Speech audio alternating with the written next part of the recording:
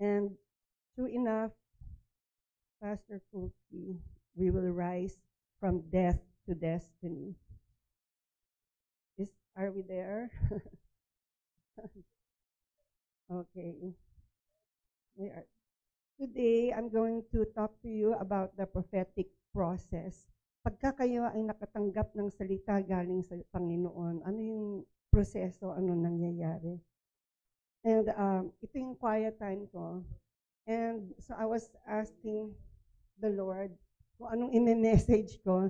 At sabi ni God yung quiet time ko, pero parang off. Parang ayaw ko yata i-message yun dahil tinuro ko na yun kay Ezekiel. Alam na nila yun, but God gave me a different insight also. So, in chapter 37, verse 1, look at this. Are we there? The Lord took hold of me, sabi ni Ezekiel, and I was carried away by the Spirit of the Lord to a valley filled with bones. He led me all around among the bones that covered the valley floor. They were scattered everywhere across the ground and were completely dried out. In other words, patay na. So in other words, it's the Holy Spirit who brings you to ground zero. Kung ang buhay natin kuminsan, parang walang nangyayari, eto na naman, ganito lang, ganyan. The others feel hopeless, lifeless, forgotten. Yung problema mo sobrang laki, parang hindi na masasolve. Well, God brought you there. See, it was the Lord who carried Ezekiel to the valley of dry bones, dead bones actually, ground zero. And there is something that God wants us to do when we are there. Kung ano man, right now, isipin niyo muna, ano yung ground zero niyo na necessarily hopelessness, but there's something like maybe baon sa utang or sa trabaho, I don't know, kung ano man ang parang problema, you can ask God, Lord, kausapin mo nga ako. Ano yung message mo para sa akin? So the first instruction kay Ezekiel in the valley, tinanong siya, what do you see? So yan ang tanong sa atin. Are we there? You know what? Dapat yung kasi nakikita niya yung susunod pa. Okay. So the next slide please. Next question. Ayun yung sabi ni God. Verse 3. Then he asked me, Son of man, yung si Ezekiel, no? God asked him, can these bones become living people again? Our bones, sabi naman ni Ezekiel, our bones are dried up. Our hope is gone. Our nation is finished. So ang tanong sa'yo, what do you see in the dark valley? Do you see dead bones or do you see a powerful army? Kasi gagawing army ni God yung dead bones Do you see ruins or do you see revival? Can you see death? Can you see destiny? Nasa sa inyo yun. Ayun ang kaya tinatanong, exam, Ezekiel, what do you see? Pag nakita mo ang dead bones, wala na. Hanggang dyan ka na lang. Si Ezekiel, playing it safe, hindi siya sumagot. Sabi lang niya, you alone, Lord, no? Hindi ako sasagot. Kasi baka wrong answer, di ba? Ano siya, playing it safe.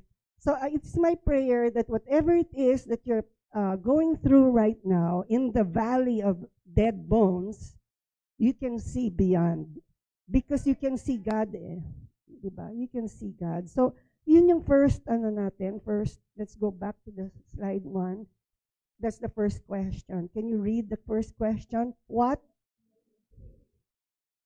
So right now, ask yourself, what do you see?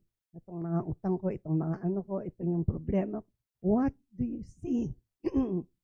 Don't be like Ezekiel na dead na, walang alam. But see, God, do you see the powerful army? Amen? So tingnan natin how it will come to pass. So, kaya, in the valley, what do you do? What will you do? So what do you see and what will you do? So next slide. Sabi ni Ezekiel, oh, sovereign Lord, I replied, you alone know the answer to that. So, playing it safe. Then God said to me, speak a prophetic message to these bones. Mag-prophesy ka and say, dry bones, listen to the word of the Lord. This is what the sovereign Lord says. Look, I am going to put breath into you and make you live again. So may plan A si God in verse 6. I will put flesh and muscles on you and cover you with skin. Magkakaroon ng katawan yung skeleton, yung mga buto. Plan B, I will put breath into you and you will come to life. Then you will know that I am the Lord. So saan yung mga patay na sa buhay natin? God is saying, stop complaining and stop looking at the dead bones. You have to, grabe kasi si God it's always a test. If everything is dry, it's always a test. Alam ko yung sa buhay ko. It's always, kaya nga ako sasabihin ko, if I'm in the dead valley, ever since, no, even in my work, in the ministry, I've been in the ministry for 37 years. And I always, pag kami ganyan na dead end, or sasabihin ko lang, Lord, wag mo akong subukan. Kaya ko yan. Amen? Wag mo akong subukan, wag mo akong i-test. Kaya ko yan. Amen? Kaya kong tiisin lahat yan dahil alam ko yung ending. I see a powerful army. Amen? Wala pang LGI nun, pero nakita ko na kayo. Amen? Nakita na. You know, like, I know that God is up to something. Kaya, nothing could put me down. And that's what God wants us to do when we are in the valley of death, of dry bones. He wants us to see beyond what the dry bones. So sabi niya, nakita mo ba na kaya kong lagyan ng flesh and muscle and skin? Nakita mo ba na kaya kong bigyan ng buhay? Kaya kong buhayin yan? Pagka puros ka duda, puros ka complain, puros ka, hindi lang yon, puros ka, yung nagpaplano, dapat ganito gawin ko. Paano yung daldal mo kung kini-kanino? You're not talking to the Lord. That's why nadi-delay. Remember the Israelites? Dapat 40 days lang sila at nandun na sila sa promised land, naging 40 years. Dahil, simple lang, reklamo eh. Walang believe kay God. So, when you're in the valley, God will ask you, what do you see and what will you do? So, plan A. Next slide. First, build the structure, sabi ni God, ni Ezekiel. So, I spoke this message just as God told me. Suddenly, as I spoke, there was a rattling noise all across the valley. The bones of each body came together, attached themselves as complete skeletons. Then, as I watched, muscles and flesh formed over the bones. Then skin formed to cover their bodies. Mga kapatid, plan A. Skeleton muna. Next slide. Anong ibig sabihin nun? Plan A, God builds up our foundation. Our knowledge, our skills, disciplines, practices, management, may research, may study, may strategies, may skills. In other words, sabi ni God, before I give you life, before I give you my breath, kailangan prepared ka. You're skilled. If you look at the next verse, sabi niya, after all that, sa plan, they still had no breath in them. Nag-plan A, pero yung plan B, wala pa. Wala pa yung power. Wala pa yung victory. So, na kayo ngayon, nasa plan A.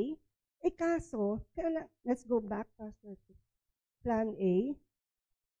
Kailangan, God is building you up. Remember yung skeleton? Nandyan na yung pero walang breath inside.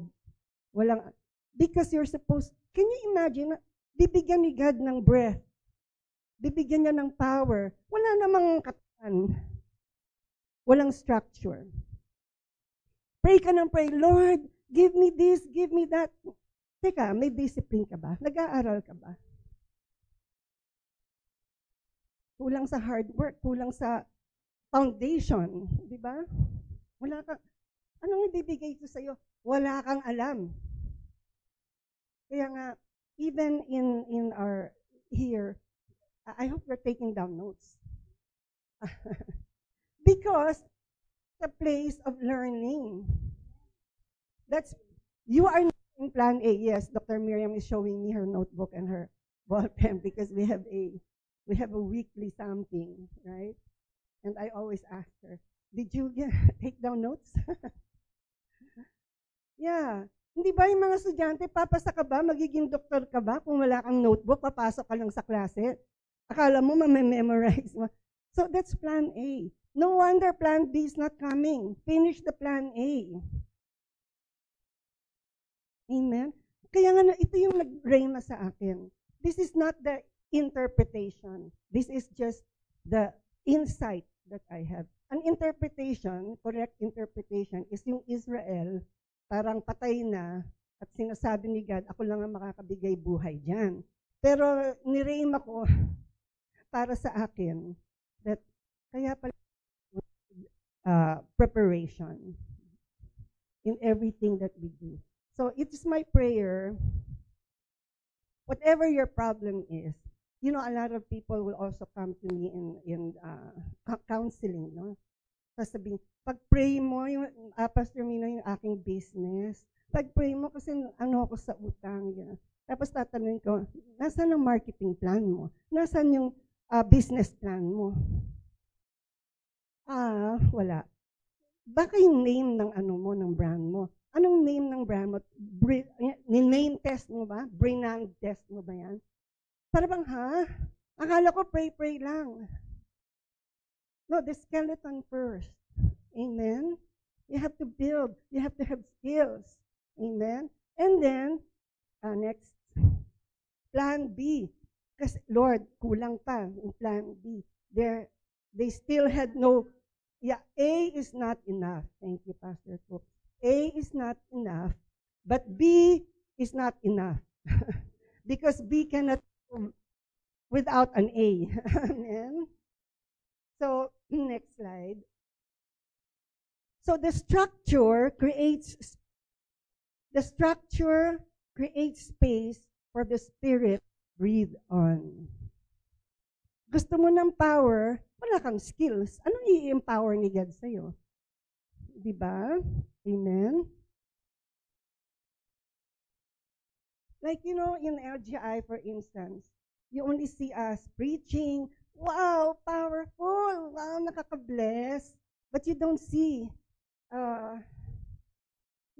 Pearl there. What's gonna happen without her there? She's the one who knows all these things. You don't see Gamela, you don't see the accounting department. Saan ang sweldo, di ba? Paano yun? Paano hindi pwedeng anointing lang. No? And hindi din pwedeng plan A lang. Di ba? May skill nga. Structure lang, nandyan na, nakaset up na. May accounting department, merong ministry, may OS. Pero wala yung breath of God. So that's the third, the last one. In the valley, what will you become? So everything depends on what you will see, what you will do, and what you will become. Next, we need the Holy Spirit to give life. Who do you call in the valley?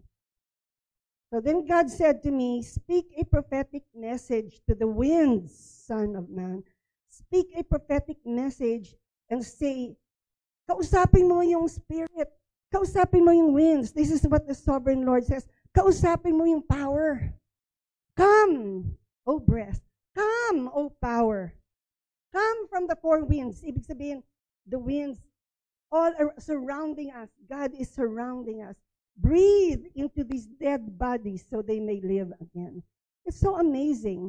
Tinayo na niya yung skeleton, nilagyan na niya yung flesh, muscles, pero sabi, dead bodies pa rin ang tawag niya. Still dead. Amen. Because you need the power of the Holy Spirit. plan B. Doon sabi ko, Lord, hindi pala automatic, no? Na there may anointing. You have to ask for the anointing. You have to ask the Holy Spirit. And the Holy Spirit will not come sasabihin na, where is the plan A? Wala ka namang prepare. Wala namang, hindi mo pinag-aralan. Wala kang strategy. Paano ko ipa-plan B yan? What am I going to breathe on? There is no structure. Amen? So next. So sabi ni Ezekiel, I spoke the message as he commanded me, and breath came into their bodies. You prophesy. They all came together to life and stood up on their feet. A great army. Nakaka-bless, no?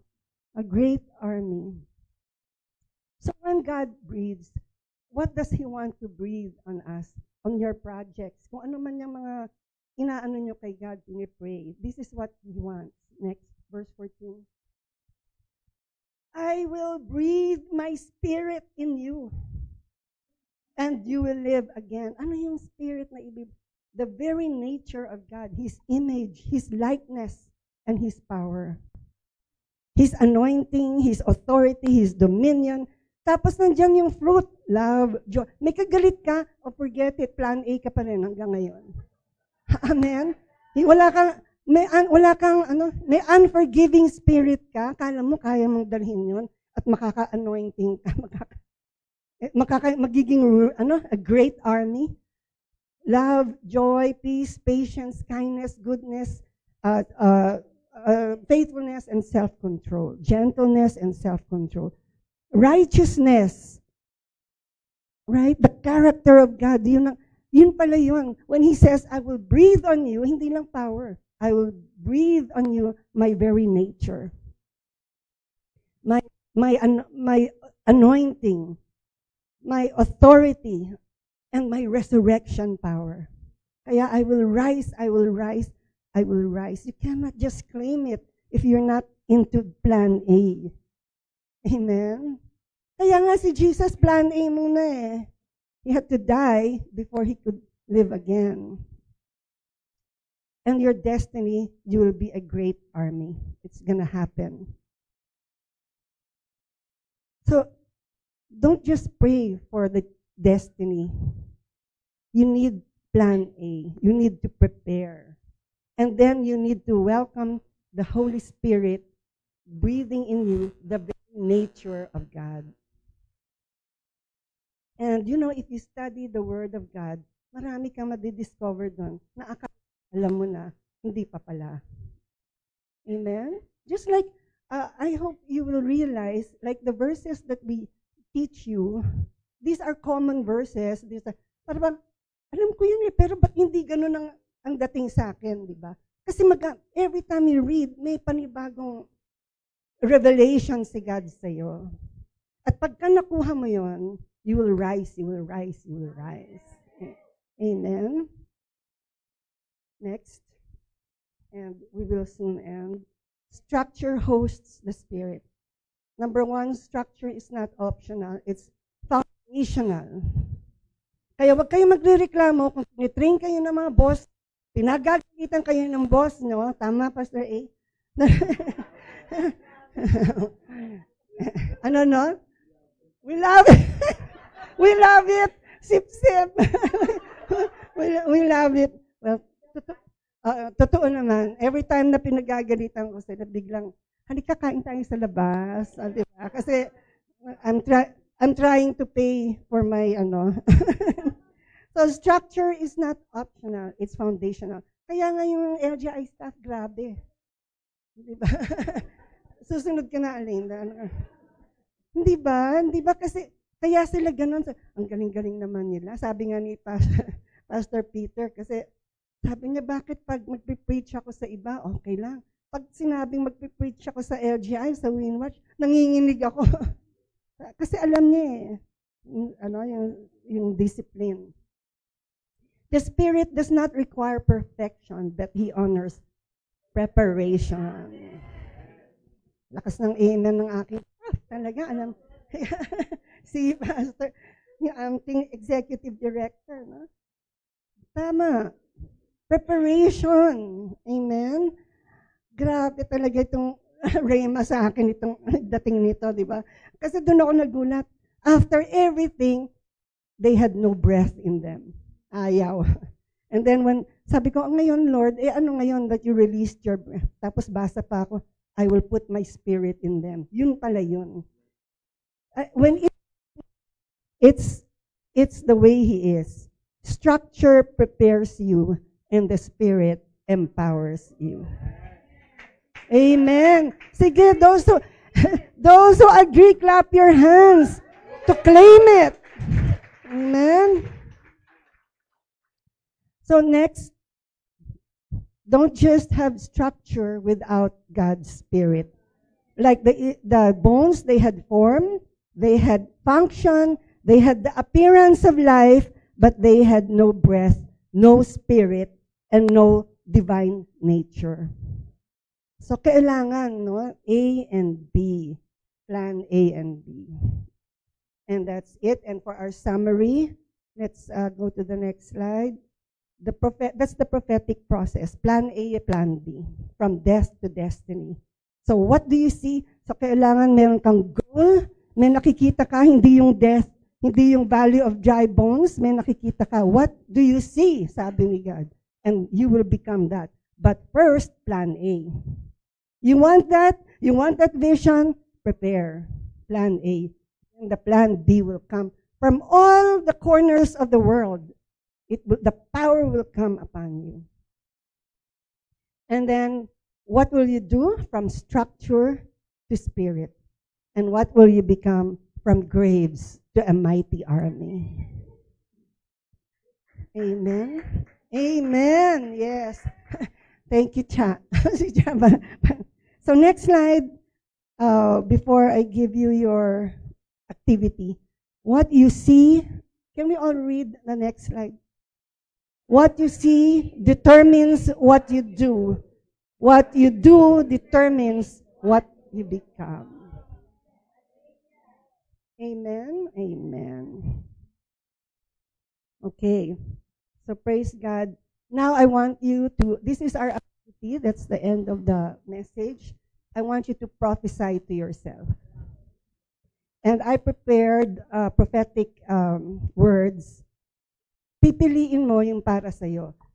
Connected dun sa sinabi ko sa inyo na iisipin nyo yung sitwasyon nyo ngayon. 10 ito, ang dami. But the first, pagkakita nyo nung first slide, ay, yan ang gusto ko, kukunan nyo, no? So, kukunan nyo, bring out your cell phones. Kukunan nyo yun, ano? Oh, by the way, kung hindi nyo makunan, this is in WinWatch group, no? Yung video, you can, Facebook. So, you can claim that. And then, if you think, pagpunta sa slide number 3, ay, mas gusto ko yun, then you can get slide number 3 and delete slide number 1.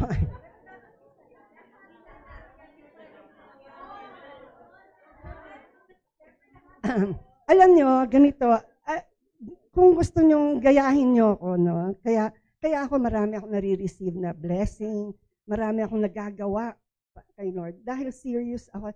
Yung sige Lord, kausapin mo ako. Yung lahat, anong kinausap ko? Kailangan talagang naririnig mo si God, akin niya, iyan ang akin. Diba? Kung marami, sige, pero just don't do it for fun. Na, akin yan, para ka namamalengke. Tapos kinakalimutan mo naman dahil hindi talaga para sa'yo. Amen? Amen. So prophesy to yourself. What do you see? Okay? So get your phones ready to... may tawad pa dito. Take everything and then pick after. Okay, pwede rin yun.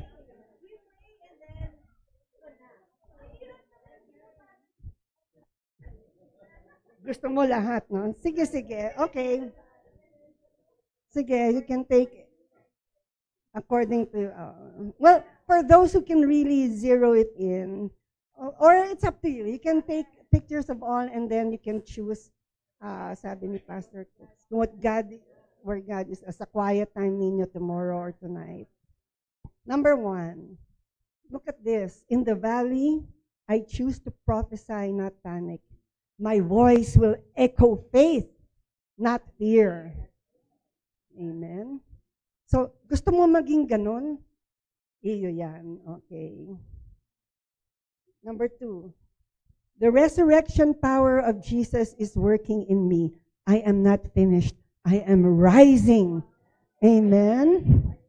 Amen. Yan, sa mga trabaho ninyo, are you rising? Number 3, I receive the breath of the Spirit and I will rise again. Again. And so, hindi pa huli ang lahat. Number 4, in the valley, I can see restoration, not ruins. Kung ano man sa tingin mo yung buhay mo, well, don't look at that. Ang tingnan mo yung you will rise, you will rise, you will rise. Restoration. Number 5, I will continue to develop the nature of God. Love, peace, joy, patience, righteousness. Yan ang spirit ni God na binigay niya sa atin. Number 6, in the valley, God is rebuilding me, bone by bone, step by step. Amen. Thank you, Pastor Cooks. Ang hirap pumili. Kaya na kunin nyo na lang lahat. And then you choose para mag-quiet time kayo. Number 7, I walk in anointing, authority, and dominion, not as a victim, but as a vessel.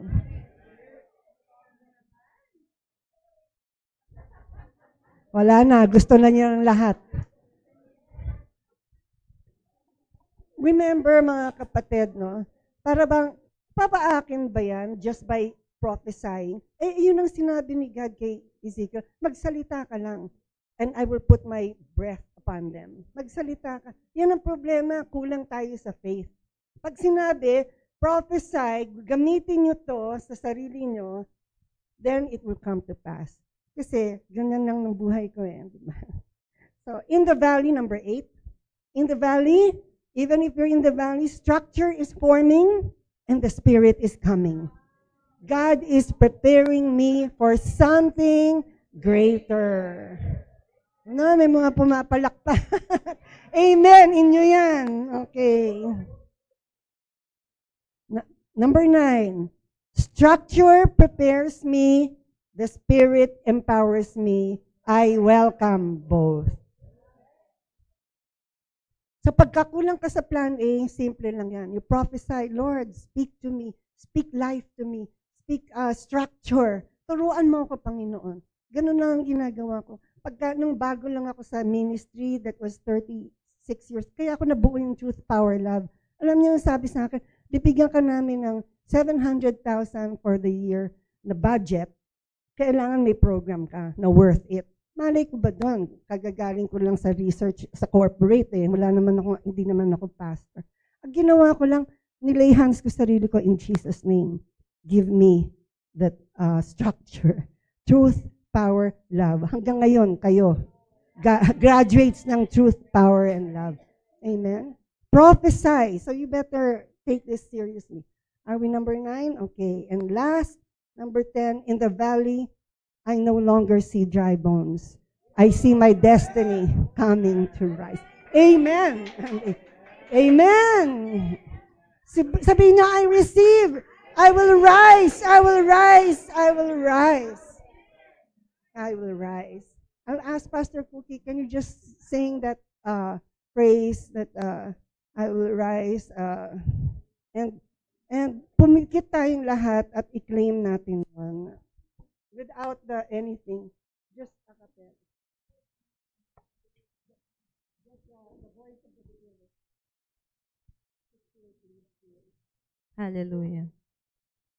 I will rise, I will rise, I will rise.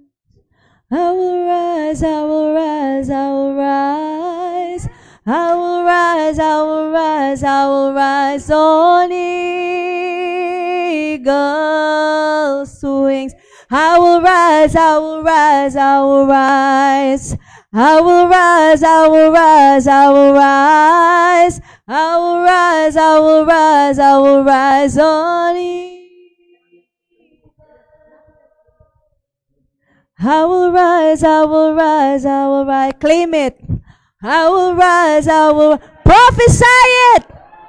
I will rise, I will rise, I will rise on eagles' wings. Come live in me all my life. Take over. Come breathe in me, and I will rise on eagle's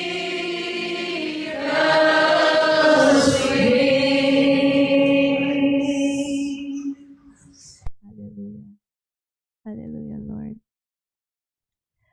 I will rise, I will rise, I will rise.